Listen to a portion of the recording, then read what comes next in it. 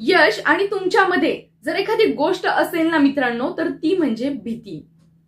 जर यशापर्यंत जाण्याच्या मार्गावर तुम्हाला वेगवेगळ्या गोष्टींमध्ये अडथळा येत असेल, परंतु त्याऐवजी जर तुम्ही घाबरत असाल, तुम्हाला भीती वाटत असेल, तर मित्रांनो तुम्ही त्या गोष्टीपर्यंत कधीच पोहोचू शकत नाही.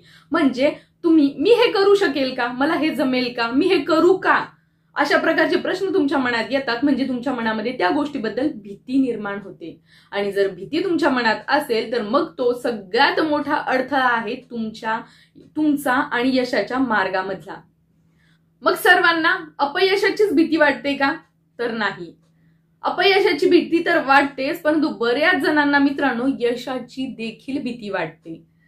ती कशी? बऱ्याच जणांना एखाद्या पोस्टवर असताना वरच्या पोस्टवर जाऊ की नको, मला तिथे गेल्यानंतर इंग्रजी बोलायला लागेल, किंवा मला स्वतःला प्रूफ करावं लागेल, स्वतःला येऊन काही गोष्टी सांगाव्या लागतील, मुलाखतीला सामोरे जावं लागेल, किंवा अशा बऱ्याचशा गोष्टी आपल्या मनामध्ये येतात. आणि मग बरेच जण पुढचं पाऊल टाकण्यासाठी घाबरतात आणि मग जे आहे त्याच्यामध्ये समाधान मानायला लागतात. मग त्यांना वाटते, त्यांना देखील यशाची भीती वाटते. तुम्ही जर एखाद्या पायरीवर आहात आणि तुम्हाला वाटत असेल की मी पुढे चढायला हवं, तर अशा वेळी तुमच्या मनातली भीती म्हणजे दूर करायला पाहिजे. मग तिथे गेल्यावर मला इंग्रजी बोलावं लागेल, मग मला तिथे गेल्यावर इंग्रजीमध्ये इंटरव्ह्यू द्यावा लागेल, मग असं तसं तशा या सगळ्या भीती ज्या आहेत मित्रांनो, हे म्हणजे अपयशाची कारणं आहेत. भीती तुमच्या मनातून दूर करा मित्रांनो. आता बऱ्याच वेळा काय होतं की एखादा 100 विद्यार्थ्यांचा वर्ग बसलेला असतो, 100 पेक्षा आपण 50 घेऊ, 40 किंवा 50 विद्यार्थ्यांच्या वर्गात तुम्ही बसलेले असतात. तेव्हा तुम्ही ज्या बेंचवर बसतात तेव्हा शेजारच्या मित्राशी गप्पा मारताना किंवा मागच्या पुढच्या बेंचच्या वर्गातल्या कुठल्याही मित्राशी गप्पा मारत असताना तुम्ही खूप कॉन्फिडंटली मारतात. परंतु त्याऐवजी ज्यावेळी तुमचे शिक्षक तुमच्या वर्गात येतात आणि तुम्हाला उभं करतात, जेव्हा सर्व विद्यार्थी शांत असताना तुम्हाला उभं करून जेव्हा स्टेजवर बोलवलं, तर तिथेच तुमची धडधड सुरू होते. जर तुम्ही विचार करा की ज्या विद्यार्थ्यांसोबत तुम्ही दररोज गप्पा मारतात, हे करतात, परंतु त्यांच्याच समोर जेव्हा तुम्हाला समोरच्या बाजूने येऊन उभं राहावं लागतं, त्यावेळी तुमच्या तोंडातून शब्द देखील फुटत नाही. मग ही झाली भीती. मग ती भीती वेगवेगळ्या प्रकारची. आता तुम्हाला पोहायचं शिकायचं असेल तर मित्रांनो तुम्हाला तिथे पहिल्यांदाच पाण्याची भीती वाटू लागते. आता स्विमिंग पूलमध्ये किंवा कुठेही पोहायला जाणार असाल तर तुम्हाला जर एखादा ट्रेनर शिकवायला असेल, तुम्हाला माहित आहे तो माझ्या पाठीशी खंबीरपणे उभा आहे, तरी देखील तुम्ही पाण्यामध्ये उडी टाकायची तुम्हाला भीती वाटते. आणि मग ह्याच भीतीमुळे तुम्ही म्हणजे त्या पाण्याला घाबरू लागता. तिथून मग तुमची सुरू होते तिथून परीक्षा. मग बरेच जण असे असतात की पाण्यात उडी मारायला देखील घाबरतात. मग बळजबरी तुम्हाला जर एखाद्याने लोटून दिलं पाण्यामध्ये, तर मग तुम्ही जीवाच्या आकांताने हात पाय हलवू लागतात, प्रयत्न करू लागतात, तुम्हाला श्वास घ्यायला देखील इतकं अवघड होऊन जातं. आणि मग कुठेतरी तुम्ही श्वास घेऊ लागतात, तुम्ही कुठेतरी त्या पाण्यावर विजय मिळवतात आणि त्यानंतर तुम्ही पाण्यावर तरंगू लागतात. म्हणजे हा झाला तुमचा पाण्यावरचा विजय. बऱ्याचदा असं होतं की बरेच जण इतके घाबरतात की ते अपयशाला किंवा भीतीला कवटाळून बसतात. मग अशा वेळी ते जे पाणी आहे ते तुमच्या नाकापर्यंत येतं आणि मग तुम्हाला आयुष्यभर त्या गोष्टीची भीती वाटते आणि तुम्ही त्यावर कधीच विजय मिळवू शकत नाही. मित्रांनो, यशाचं देखील तेच गणित आहे. जर तुम्ही घाबरतच बसले तर तुम्ही कायम स्वतःला हेच सांगत बसणार, तुम्ही कारणच देत बसणार की या गोष्टीमुळे माझं हे झालं नाही. परंतु जर ज्या प्रकारे तुम्ही पाण्यात उडी मारल्यानंतर हातपाय हलवून तुम्ही तडफडून तुम्हाला त्रास होतोय, सगळ्या गोष्टी होत आहेत, तुम्हाला अगदी श्वासही घेता येत नाही, परंतु तुम्ही प्रयत्न चालू ठेवतात, जीवाच्या आकांताने तुम्ही प्रयत्न चालू ठेवतात. आणि एक वेळ अशी येते की त्याच ज्या पाण्याला तुम्ही घाबरत असतात त्याच पाण्यावर तुम्ही अलवारपणे तरंगू लागतात. तर ही आहे तुमच्यात आणि यशामधला अंतर. म्हणजे तुम्हाला प्रयत्न करायचे आहे, तुम्हाला घाबरायचं नाहीये. आता कसं आहे मित्रांनो, बऱ्याचदा जी भीती असते ना ती तुमच्यावर लहानपणापासूनच काही गोष्टींचे तसे संस्कार झालेले असतात असंच म्हणताय. म्हणजे बऱ्याचदा आपली आई सांगते की तिथे जाऊ नको, अंधार आहे, तिथे जाऊ नको, तिथे भाऊ असतो. मग आता मोठं झाल्यानंतर पण बरेच जण अंधाराला घाबरतात. मग 10-11 वर्षाचे असो किंवा 20-21 वर्षाचे मुलं देखील लाईट गेल्यानंतर एका रूम मधून दुसऱ्या रूम मध्ये जायला घाबरतात. हो की नाही मला कमेंट करून नक्की कळवा.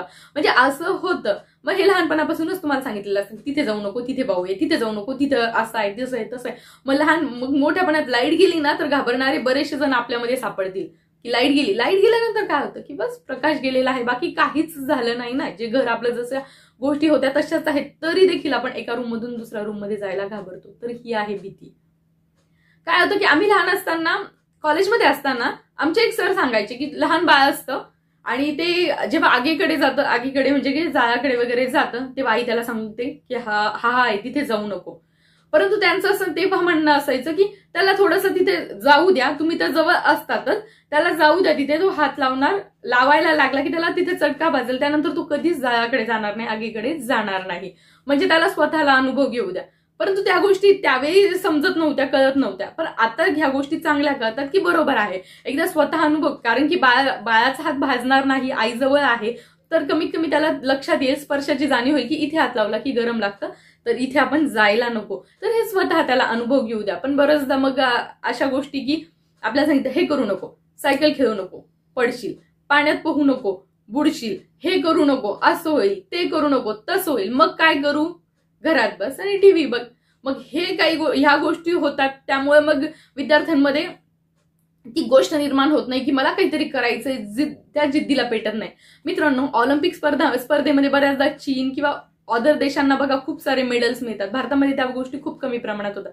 तर लहानपणापासूनच मित्रांनो त्यांच्यावर त्या प्रकारचे संस्कार केले जातात. तुम्ही बऱ्याचदा व्हिडिओज किंवा काही गोष्टी बघितल्या असेल, ते मुलं अशा म्हणजे ज्या काही उड्या वगैरे मारतात, त्या गोष्टीमध्ये त्यांचं शरीर खूप फ्लेक्झिबल आहे. म्हणजे अगदी 3-3 वर्षाच्या मुलांना तिथले लोक पाण्यात टाकून देतात, तिथून 3 वर्षाच्या मुलाला पोहायला शिकवतात. आज आपला 10 वर्षाचा मुलगा जरी असला तर आपण 4 वेळा विचार करतो, याला जमेल का, याला जमेल का. म्हणजे अशी गोष्ट, सगळ्या गोष्टी जमतात, फक्त तुम्ही ना त्यासाठी भीती मनातून काढून टाकली पाहिजे, प्रयत्न केले पाहिजे. कारण मित्रांनो, तुमच्यामध्ये आणि यशामध्ये फक्त एक गोष्ट आहे, ती म्हणजे भीती. आता दुसरी एक महत्वाची गोष्ट आहे टेक्निक. मग फक्त भीती नाहीये, मग खूप हार्डवर्क करणं चालू आहे. खूप 10 तास अभ्यास करणारा देखील परीक्षा पास होत नाही, परंतु 4 तास अभ्यास करणारा देखील विद्यार्थी पोस्ट घेऊन जातो. हे कसं, तर याला म्हणतात टेक्निक, याला म्हणतात स्मार्ट वर्क. तुम्ही खूप करताय, फापड पसारा करताय, परंतु जी गोष्ट येणारच नाही परीक्षेला, ती करून फायदा काय. जे येणार आहे ते फक्त तुम्ही 10 दिवस नाही म्हणता येणार, पण महिना, 1.5 महिना, 2 महिने, म्हणजे शेवटचे जे परीक्षेचे काही दिवस तुम्ही अभ्यास केला तरी देखील फायदा होऊ शकतो. याला म्हणायचं स्मार्ट वर्क. तर ही टेक्निक तुम्हाला आली पाहिजे मित्रांनो. तर या 2 गोष्टींचा जर तुम्ही एकत्रित मेळ तुमच्या लाईफमध्ये घातला तर त्याचा तुम्हाला खूप जास्त फायदा होईल. मी तुम्हाला याचे भरपूर उदाहरणं दिले आहेत. बरेच जण कसे आहे की एक वर्षांपासून अभ्यास करतात, परंतु तरी देखील त्यांची एमपीएससीची प्रिलियम्स निघत नाही. काही विद्यार्थी 1च महिना अभ्यास करतात, तरी देखील त्यांची प्रिलियम्स निघते. मग काय, तर एकाने केलं हार्डवर्क, एकाने केलं स्मार्ट वर्क.